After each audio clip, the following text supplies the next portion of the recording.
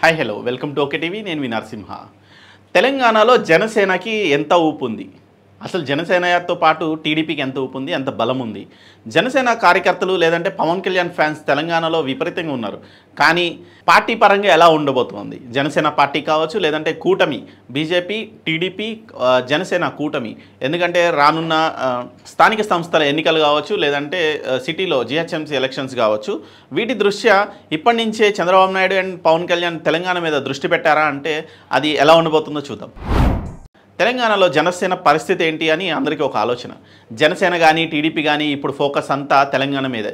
కొండగట్టులో మొక్కులు తీర్చుకోవడానికి వచ్చిన సందర్భంలో పవన్ కళ్యాణ్ ఇదే ప్రశ్న అడిగారు.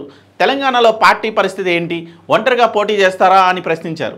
ప్రస్తుతం బీజేపీతో పొత్తులు ఉన్నందున కలిసే పోటీ చేస్తామనేది పవన్ కళ్యాణ్ సమాధానం. దీనికి కేవలం జనసేననే కాదు, టీడీపీ కూడా ఎన్డీఏలో ఉంది. ఈ లెక్కన బీఆర్ఎస్ ఓట్లు ఈ రెండు పార్టీలకు వెళ్లడం ఖాయమని కనిపిస్తోంది. జనసేన ఇప్పట్లో తెలంగాణ ఎన్నికల్లో పోటీ చేయకపోవచ్చు, స్థానిక సంస్థల ఎన్నికల్లో ఫోకస్ పెట్టే అవకాశమూ లేదు. ఒకవేళ గ్రేటర్ హైదరాబాద్ ఎన్నికల్లో ఛాన్స్ ఉంటే ఉండొచ్చు. వచ్చే 5 ఏళ్లలో పుంజుకోవడమే జనసేన ముందున్న అతి పెద్ద సవాల్. చంద్రబాబు కంటే పవన్ కళ్యాణ్కే తెలంగాణపై ఎక్కువ ఫోకస్ ఉందేమో అనిపిస్తోంది.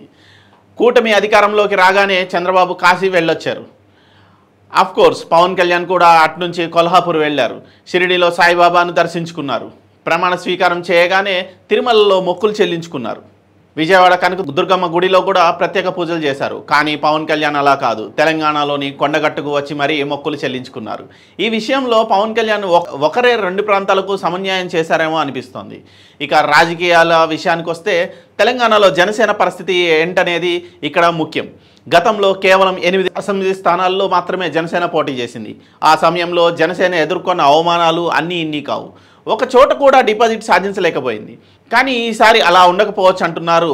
అడిగేది 1-2 సీట్లే అయినా ప్రాతినిధ్యం ఉంటే చాలనుకుంటున్నారు. ఏపీలో 21 సీట్లకే తగ్గారని అందరూ కామెంట్ చేసినా ఆ వ్యూహమే పనికొచ్చింది. 100% సక్సెస్ రేట్ సాధించింది. రేపొద్దున తెలంగాణలోనూ ఇదే జరగవచ్చు.